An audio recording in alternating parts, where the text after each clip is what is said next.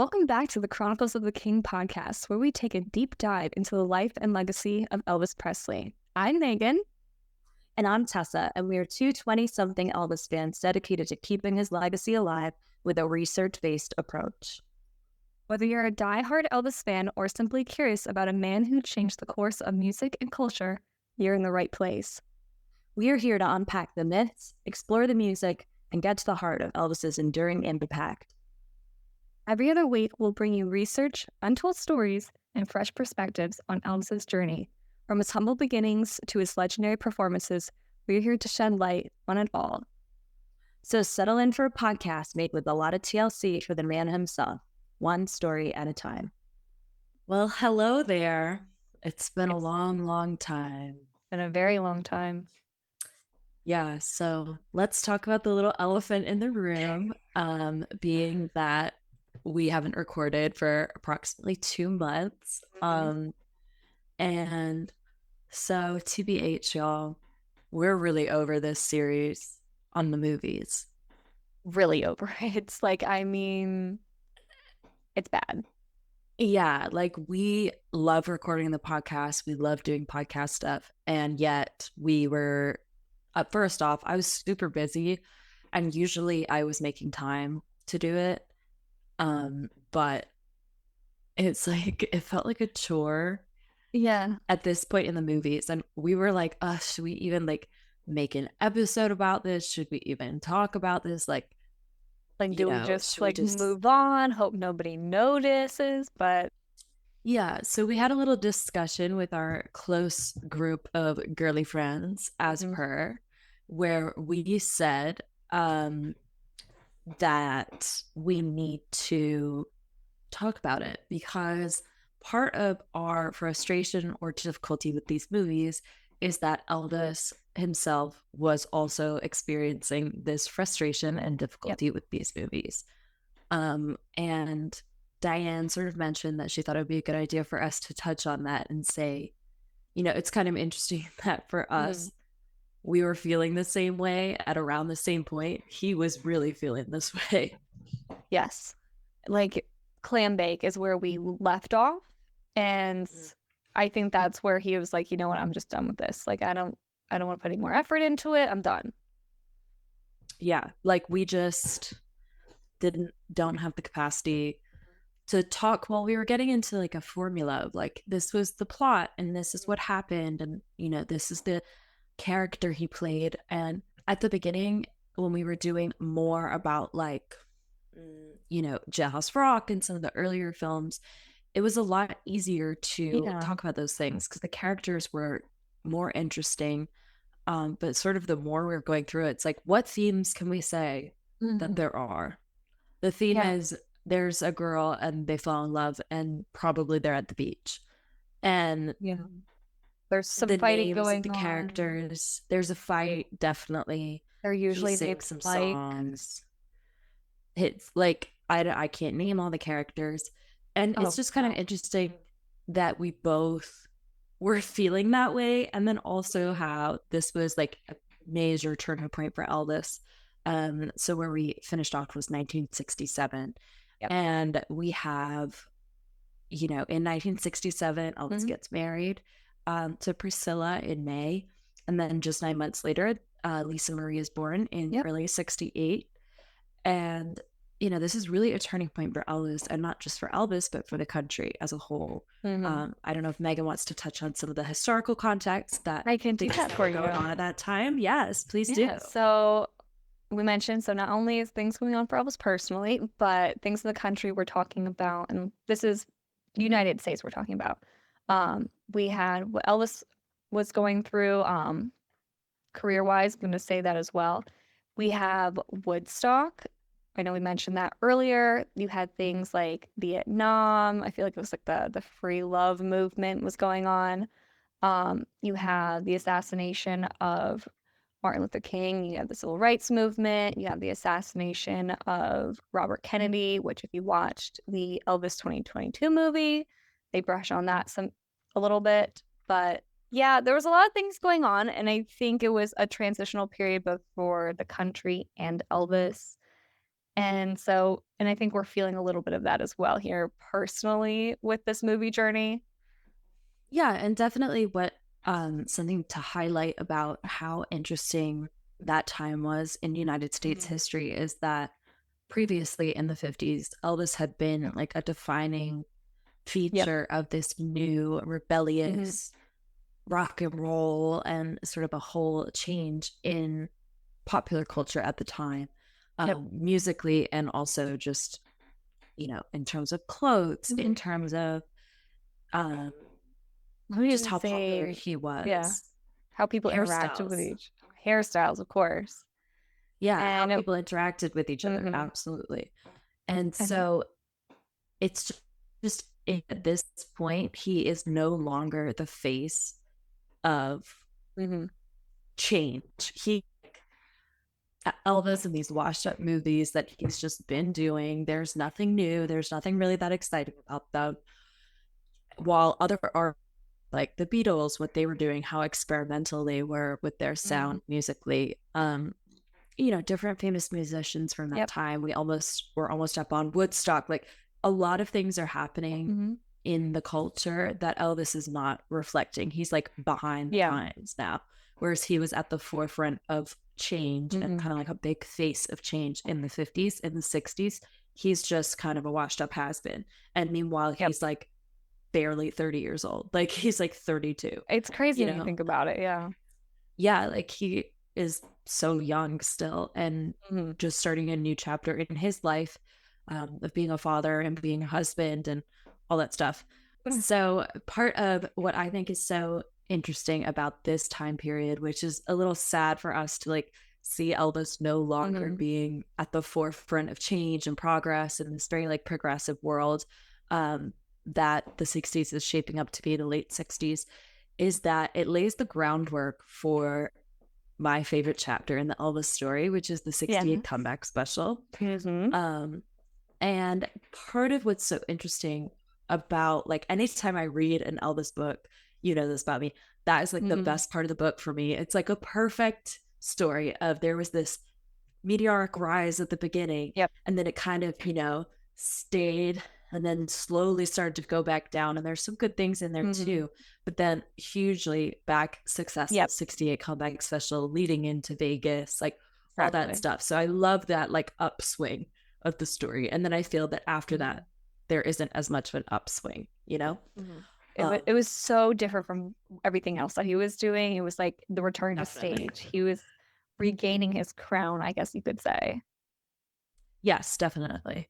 um he was taking back, Hmm.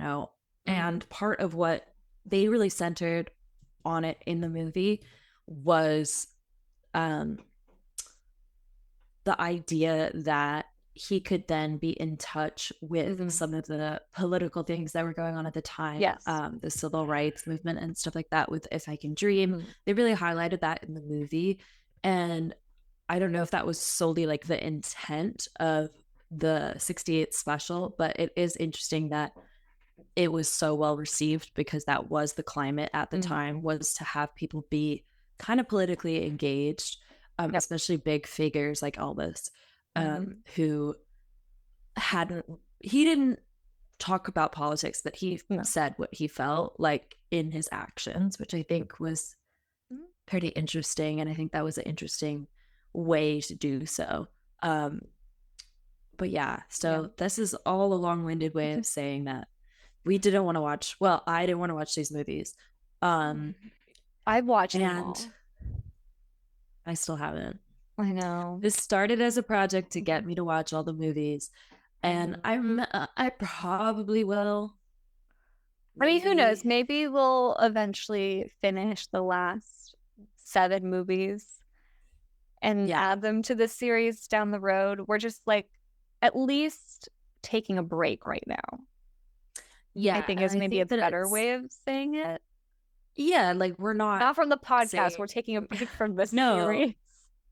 We Yeah. want to put out more content and have things for people to listen to and engage, Yes. especially like in the lead up to Elvis week and like some those connections. And I've been making some good connections, but I kind of was like, with some different companies Yeah. and other sort of outside of our realm things that I think would be interesting to work with. But this is just not, is not the vibe right now. Like the vibe is just not.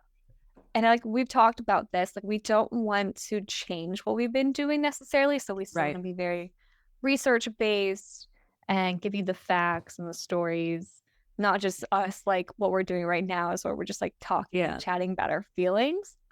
We just want to like change it up, I think, every so often. So I feel like we're more excited about things, you're more excited about things.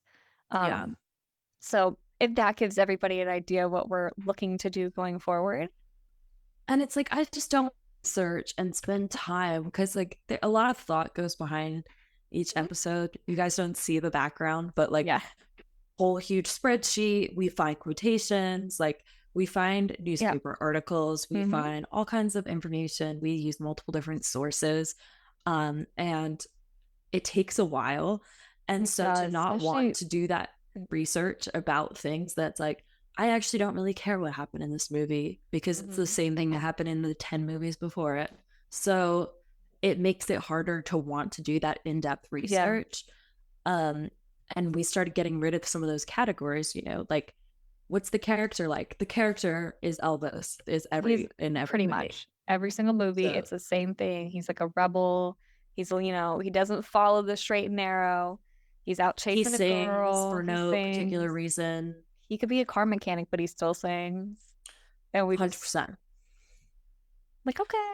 That's not really fun to research. And it is interesting to see some of the behind the scenes stuff. So we're going to touch a little bit on, I don't know if you want to talk about it now, the behind the scenes of what was happening at this time. So something that's very important is that there was an increased use of prescription drug use. And, you know, we know this. Elvis fans know this. I think it's something that people don't like to talk about. It's a fact, but I feel like it's also a reflection of the creative slump he was in at the time and just like his overall mood and vibe toward his career. Yeah, because you can kind of see from, I know Megan and I combined have read a lot of books and a lot of the same books. And you kind of see from all the different perspectives of different mafia members or objective biographers like Peter Goralnik that there was an increased use or misuse of prescription drugs during the times when Elvis was not creatively fulfilled. And there was a decrease in it during the times he was creatively fulfilled. And I think you could also see it like in his overall appearance. Like Elvis always looked great. But let's be quite honest, when we get to 1968, when he's doing the comeback special, like he is at the peak, I think, creatively and the way he looks and feels. Yeah, because he's starting something and doing something he's actually invigorated about. And during this time too, he wasn't really recording the music he wanted to record. He was recording movie soundtracks. And I think that's a huge thing for Elvis. It was like he couldn't, you know, you would read, I can't remember who it was. Maybe it was Kathy Westmoreland said something about after a show, he would do a Vegas show. And then they would just be singing a whole nother concert that night of just gospel to wind down. And how that is just like what he had to do was sing. He couldn't help it. He had to do it.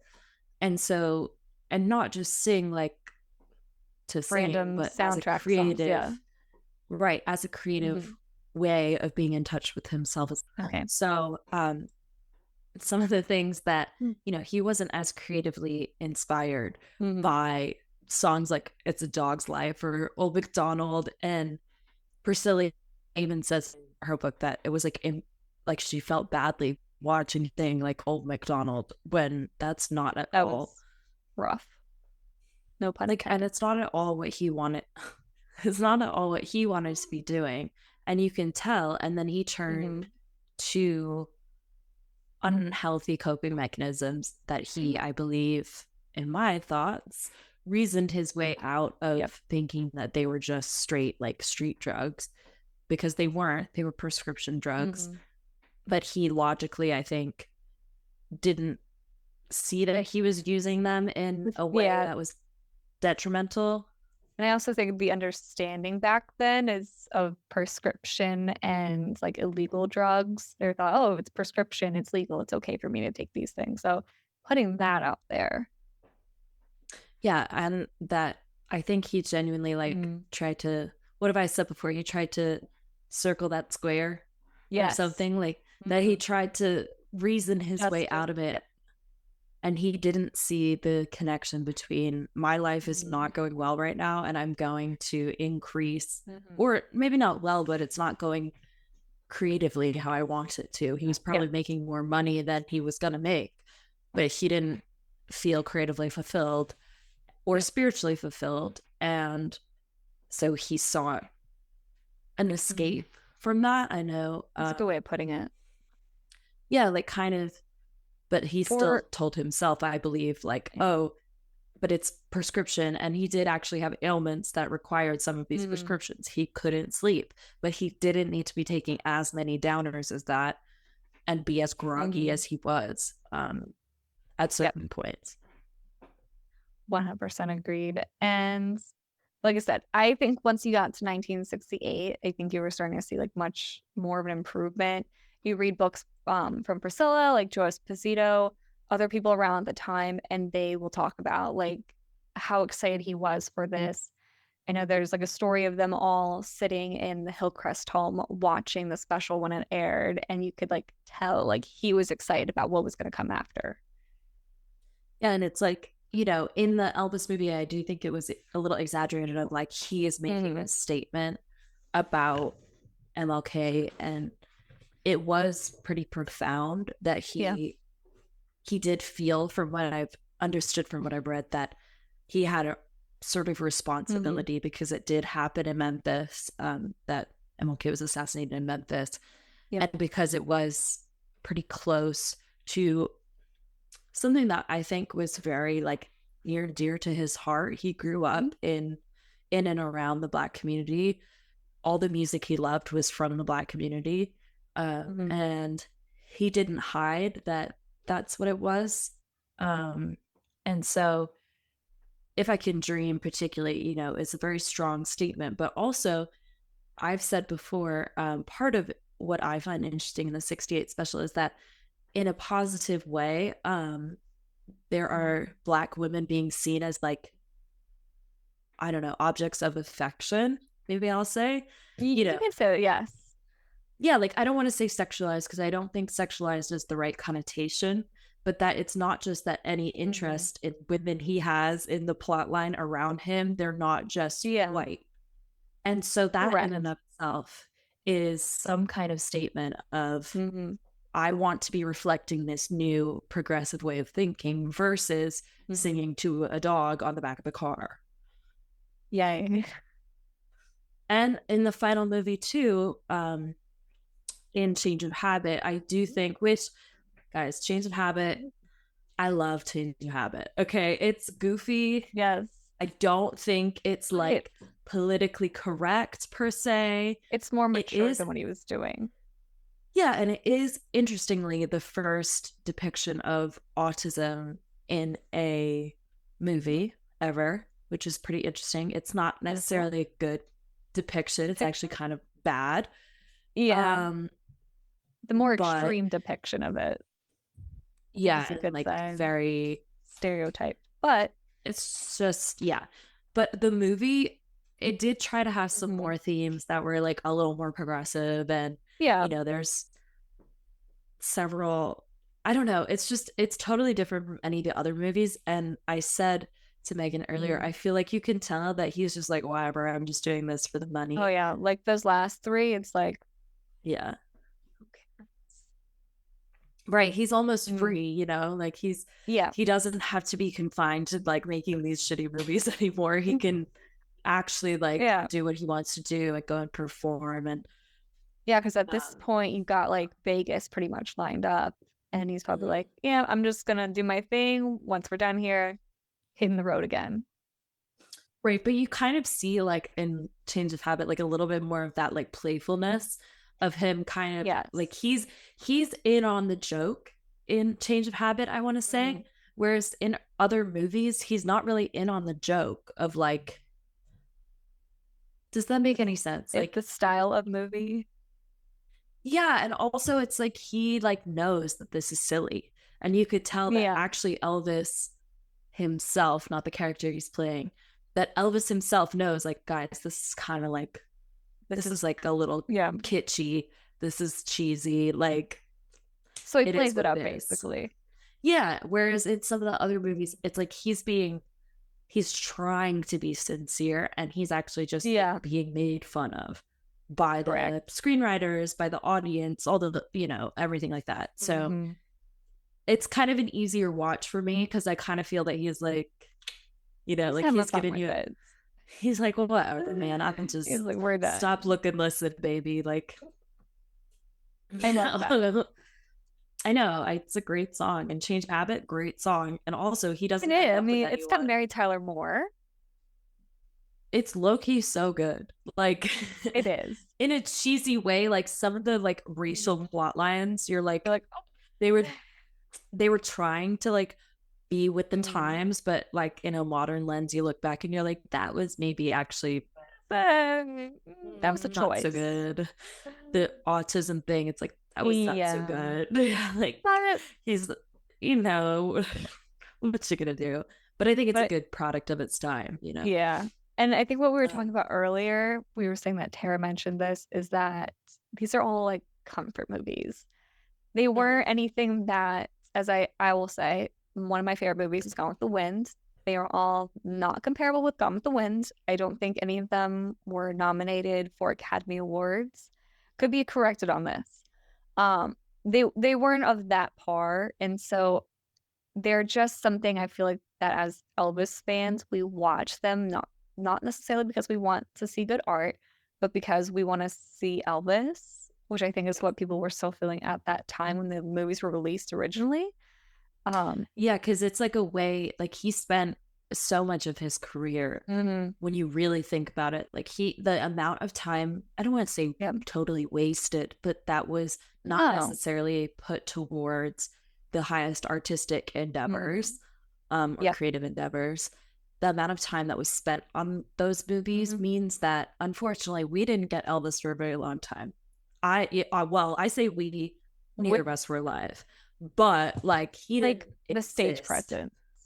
Well, also just he didn't exist that long. And so a lot of the years of his life, a decent proportion, he became famous when he was like 19, and then a Yeah. decent proportion of time, A decade. yeah, was spent making these movies that he didn't really care about. And so Mhm. we don't have the recordings from that time that we might want to hear. We don't have musically, he Mhm. could have been going, I mean, you think of the Beatles and like the weird experimental stuff they were doing. And I'm not saying Elvis would have rocked Not with that, necessarily my taste. but like people were doing interesting things. And Mhm. he, who had been the most interesting person, was no longer Yeah. doing these interesting things. And so it's like you Mhm. watch them to kind of, you see like 10 years, like that's a lot of content of Elvis, I guess, It to is. see. And if you don't watch them at least a little bit, you're missing out on some of the, Mhm. like a way to feel like you've seen more of Elvis, if that makes sense. But personally, if I'm putting on Does. Elvis, I'm putting on a show. I'm putting on like Mhm. That's the Way It Is. I'm putting on the 60th special. Concert. I'm Yep. putting on, yeah, like a concert. Absolutely. Mhm. Elvis on tour, just to give, Yeah. for me, that's more of a reflection of Mhm. his creativeness, creativity. Um, Yeah. and the And I movies are not, but they're still comforting to like yeah. see him, especially the color ones. You're like, wait, he was Those are actually a fun. real person. Whereas the black and white ones, it's a little Right. like, um, yeah, I really like the color movies, particularly because I know there's not that many Elvis that are black and white, but Mhm. I think a lot of the pictures we see, like this picture here, that picture Yeah. there, a lot of them are black and white. And so it kind of outdates him a little bit. And then when you see things Oh. in color and you see him moving in color, first off, it's nice to see. Secondly, it Mhm. just makes him feel a little more real. And part of the way we can see that is through these movies and the ones that are not so bad. Interesting way to So I put it. guess our little takeaway of what do you think was the worst movie Elvis made? I know we're going to be on agreement with this one. I always thought that Harem Scarum was the worst. But I'm finding that's because when I watched Easy Come Easy Go the first time, I wasn't paying attention. I completely like just in one ear, out the other, did not pay attention at all. And so when we did movie night and we were watching Easy Come Easy Go, because as Tessa will tell you, this is where she gave up, I realized, oh, this one's bad. Yeah. Like, it's really bad. It's bad. Like, I don't think I can think of anything worse No. than Easy Come, Easy Go. Oh, Miss Kitty came to visit. She's up on my desk. Just a tail. Yeah, I would say Easy Come, Easy Go is approximately the worst one. Mm-hmm. Mainly because why I was saying earlier to Megan, did he sing to a turtle in a movie? He did not. And she's like, no. And I think that in my head, I've gotten it confused because in the Elvis movie, he says, they got me out here singing to turtles. And I think I've thought that that was something that happened. And in my head, it could only have happened in one movie. And that movie is Easy Come, Easy Go. Because I believe that's the worst movie. It's pretty bad. Underwater, it goes for so long. The whole underwater sequence was so unnecessary. Like they filmed the entire underwater fight scene. Like and that nothing happened. No. It was bad. But what about okay, so we said the worst movie. We're agreeing on the worst. Which one did you think was gonna be really bad and it surprised you? I think we have the same one on this one. I said Harem Scarum because I always thought it's still really bad. It's still bad, really bad. But it surprised me because I always thought it was the worst one. It was like enjoyably bad.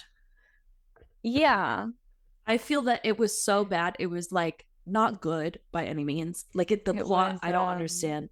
It was like a guilty pleasure. Like you could. Yeah, that's the way to put it.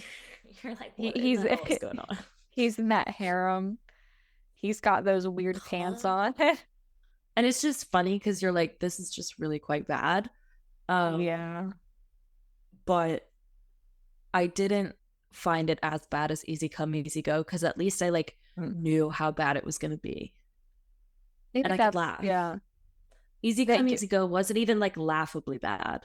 No, it was like it was just bad. Like you could tell he was putting no effort into it. And that yoga scene. Oh my god, that is what did it for me the first time around. Not it. Second time around, I can't do it. I also some low points of the movies. I would say for me personally, Tickle Me, not good. You're gonna offend a lot of people with that one, y'all. It's like not good. If you like Scooby-Doo, you might not. I love Scooby-Doo. Don't love that. Oh, really? Okay.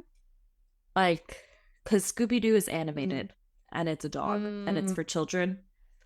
This is not intended to be that, but it is that. And Double Trouble, that's pretty rough. Yeah. That one is pretty bad.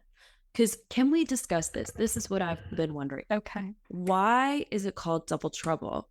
Why are there twins on the no.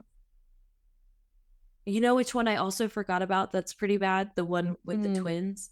I can't remember. Kissing Cousins. Yeah, I try and block that one out. That one's really bad. Yeah. Also.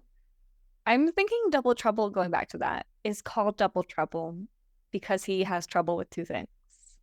The girl that's so stupid. Underage. And was it was it a diamond heist? Whatever. There was like some other thing that he was a part of that wasn't her. I don't know. There was no need to put two Elvises on the cover, like the movie. I thought they were twins. Like I really thought they were twins. It makes it very confusing. And then Kissing Cousins. Yeah, I also I think I trauma blocked that one. That one was really quite bad. The blonde wig was not it at all. I might say that that's worse than Easy Come, Easy Go. No, no, no, no, no, no, no. Really? Because I kind of now I'm No. thinking that I think I because Harem Scarab, everybody puts that on the bottom. There's worse. No, There's Easy for Come sure is worse. Easy Come, Easy Go is worse I think because Kissing Cousin because I couldn't even make it. I couldn't do it. I could even tell you like, and Easy Come, Easy Go, it's just like a bunch of like weird hippie stuff and the yoga Oh, stuff, and I don't need yeah, that. That's weird. yeah, Um, Harem Scam, at least you got Marianne Mobley, who's yeah, true, adding to like the cast a little bit. true. Um, Kissing Cousins, I don't think is like horrendous. I mean, it's bad, but Have you it's seen not it? like I have seen them all. Could I tell you the plot of all of them? No, Absolutely not. I The can't. only ones that I think I'm rewatching are like anything from the 50s, I'll Yeah. rewatch. Hmm. The first like four movies after he got back from the army, I'm thinking like GI Blues, Blue Hawaii, Wild in the Country. I'm drawing a blank on other ones that came after that. I don't know why. I like Follow That No, Dream. I Follow That Dream I would rewatch. I'm thinking about Flaming Star, and it's not my favorite. It's Mm-mm. like too dramatic. It's for Um, boys. it's got Barbara Eden in it though, which maybe makes it more for boys as well. Yeah, I don't know. So I feel like maybe like on a little positive Mm. because this is also another reason we just were like, "Ugh, the Well, you whole want to be thing is positive. going to be Yeah. these." So what is your favorite Elvis movie? Like, did it change over the rewatching or has it stayed the same? And you can give different categories of like why it's your Mm. favorite. Okay. I think overall, the one I'm gonna pick to be my favorite is King Creole. Okay. I'm saying King Creole because they talk about that Elvis had a lot of love for this movie. And I think what I'm saying, it was an Elvis movie done right. I think it had the formula was already like starting to be put together where it's, you know, he's a dude, he's kind of a bit of a rebel. He sings, he does some weird job, and there's like a girl, or in this case, multiple girls involved. And so it's the start of the formula, but I think the formula was done right. It's got a great cast behind it, and I think it gave him his most dramatic role, which is what I know he wanted to do that more of a dramatic role. And I know as we were talking about earlier when we were talking about the soundtrack is good, and the songs that are included aren't just like randomly thrown in there where it's just Right. Like he's not this on the beach and then all of a sudden like there's a singing. whole like orchestra behind him, music starts playing and he's singing. Like what happens Right. is he's in a club and there's a band and he starts singing. Like it fits. Like it Yeah, was there's meant like a to be reason. a musical. Correct. Yeah, there's just Okay. like there's a motivation to his singing in King Creole that is not there in Mm, some of the other movies. yeah. Um, What is your favorite? I would say my favorite is also objectively what I think is the best Elvis movie is King Creole. I Yeah. think that one like stands up. I don't think you have to be an Elvis fan. I think Hmm. you might have to be like an old movie kind of fan, but I don't think I you have to love be an old Elvis fan. I movies. think you could, yeah. Hmm. Um, and I have some other favorites for different reasons. I would say I was like gonna say, yep. one that's like a cute like chick Okay. flick kind of movie, almost like you read like a romance Hmm. novel as opposed to reading real literature. I'm not that it's not real literature, but like a classic, let's say. Yeah, it's Um, light and it's fun. would say instead of reading, like I would say King Creole is like reading a classic, like it's good. Hmm. I would say GI Blues is like Okay. reading like a TikTok book, like a book talk, you know? Okay. But like it's good. It's Hmm. not it ends with us because that was terrible. Um regardless of the drama, but it's like that book Hmm. was so bad. It's like an entertaining chick flick I was novel. gonna say chick Love flick. it. I'm Love gonna it. go with if we're going on that level. You're gonna say girl happy, I bet. I love Girl Happy. Yes, I feel like if Except do I'm the picking, clam. I don't like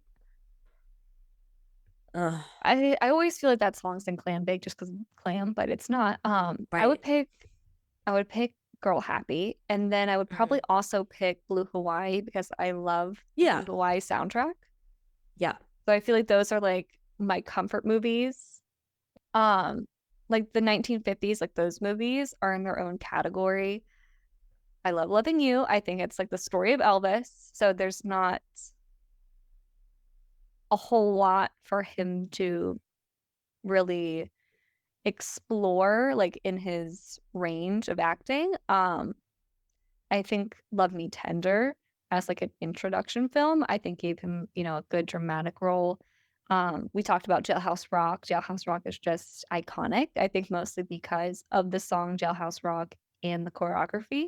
So And I the don't even visual of like, him with his little knees up. Yeah, yep, like that's such a classic picture.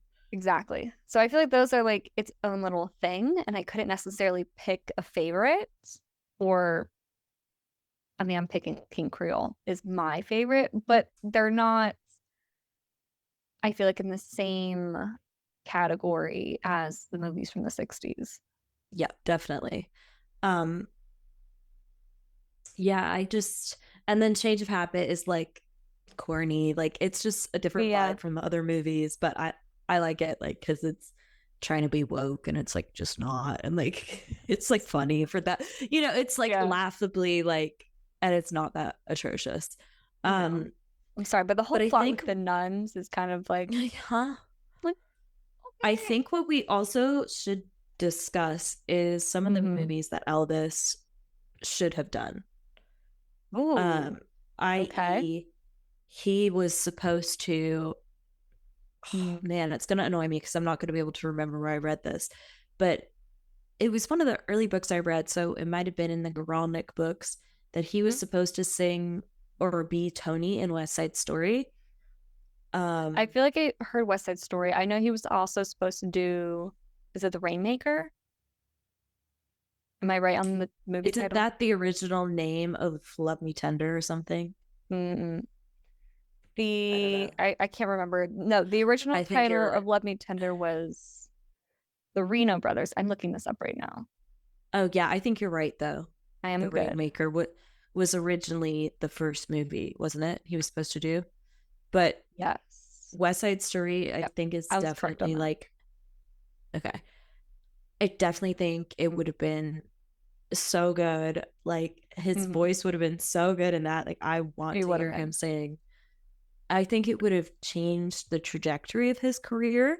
Hmm. I could see that that would maybe take less of a I don't know that he would be, this is a bold take, but I don't know that if Okay. he had done that, that he would become like as iconic of a person as he became, if that makes Hmm. sense. I think he would have perhaps been more fulfilled creatively if he had gone kind of that musical route. Yeah. He totally had the voice for it. I think he could have Hmm. been like on Broadway, like doing that kind of stuff, but it wouldn't have had the same like star power impact as Yep. he Which I, did have by doing these mhm. movies. And I think it And came then down of like the course, road where, so all these movies, Elvis, he was, I mean, except for Love Me Tender, which was the introductory film, but he was the star for all of these movies. He was the one getting top billing. And you knew people were going to see Elvis. And that was it. Whereas like maybe West Side Story, if he was doing that, people would go to see it just because they knew it was going to be a good film. But the Elvis movies, like the little chick flick kind of style movies, they were going for Elvis. And I think the same kind of sentiment where what if he did, oh gosh, A Star is Born. If he was going to do A yeah. Star is Born, I feel like this is my hot take. I don't necessarily know that A Star is Born would have been the best move for his career. I don't know. I might be alone here, but I think that he needed something like that in yeah. order to, if we're talking about his range of Hmm. character, um, he doesn't have a big range of characters that he plays. I mean, they have different job titles. One's a pilot, one's just like, but they're the same character in They're all the of same those. guy, different Yeah, profession, but same guy. a lot of them named Mike.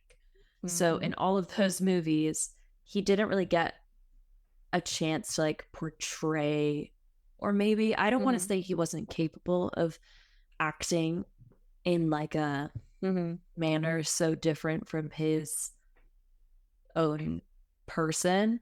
I kind of do think that the character he would have played in A Star Is Born is his character.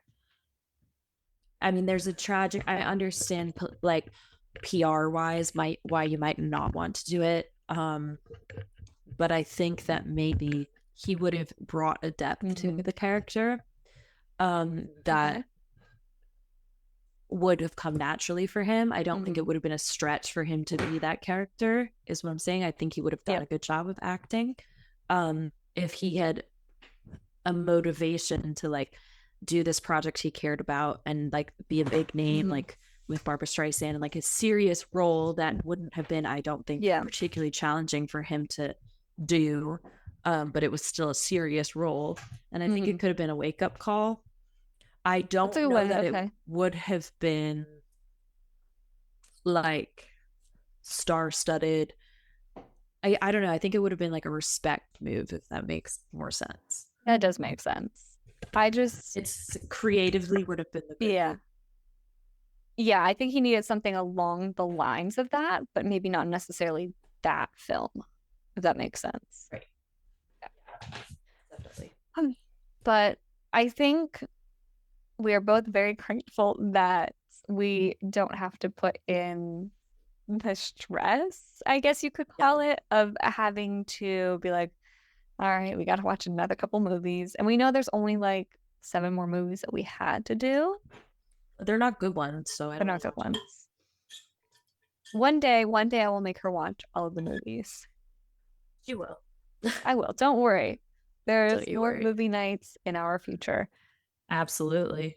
I think we're excited about what we're going to be doing next. And maybe it's not so much picking one series and doing things in a chronological order that way. And we're still going to tell stories chronologically, but not episode to episode. Yeah, and kind of give ourselves like the freedom to, if we're struck by like something that maybe we're reading for books like for Megan, like, hey, we should really look more in depth at this story that so-and-so told. I'm just kind of looking in depth at different things like that. We have a bunch of people that we think would be really cool guests to have. Both people who knew Elvis and other like Elvis researchers would be interesting. Exactly. Elvis fans, people who know things about things. And you know, we're having a comeback, shall we say? This is our 68 comeback, and we are. Maybe we need leather jackets, I think, for the next episode or something. I'm so down. Do we? We're already matching today. We might as well. I know. Again. If you're listening, we're both wearing our Graceland sweatshirts. Yep. So, yeah, I'm excited for what we're doing next. I know. Me too. Me too. So, and we got see some more of Memphis coming up. Memphis is coming. Less than 3 months. So over this summer, I'm working at a barbecue place up in Syracuse. It's called Dinosaur Barbecue. People might know about it. Oh wait, fun fact. Here's the thing. Fun fact. This is where Tessa and I had our first date. Not first date. The first time Megan and I met. Okay, it was kind of funny. The first time we met. No, that's what you were calling it. You were calling it our first date. I did call it our first date. But no, well, we actually met in person for the first time. And so I'm working there over the summer, but the one problem with that is that I'm eating a lot of barbecue, and that's a problem because when we go to Memphis, when we went in January, we had barbecue like every freaking day, and like Central Barbecue owns my heart, Rendezvous owns Megan's heart. Like it does. I also now understand more about barbecue, so I think I will get something different when we go to Rendezvous. But like I can't be as excited about the barbecue because I'm just surrounded by it. So, but I told her, I said, if anything, you can look forward to the vinegar at Central Barbecue. And I always love it's perfect. So that's it, y'all. We'll see you in the next episode. We're super excited. That's all we have for today. Thanks for tuning into this episode of the Chronicles of the King podcast. If you love what you heard, please don't forget to subscribe, rate, and leave a review. Your feedback helps bring the King's story to life. You can follow us on social media at the Chronicles of the King for updates, upcoming series, and more. We'd love to hear your input and any of your favorite Elvis moments. Until next time, keep rocking and rolling, and we'll be back soon with more stories from Elvis's extraordinary life. With TLC, we'll see you on the next episode of the Chronicles of the King.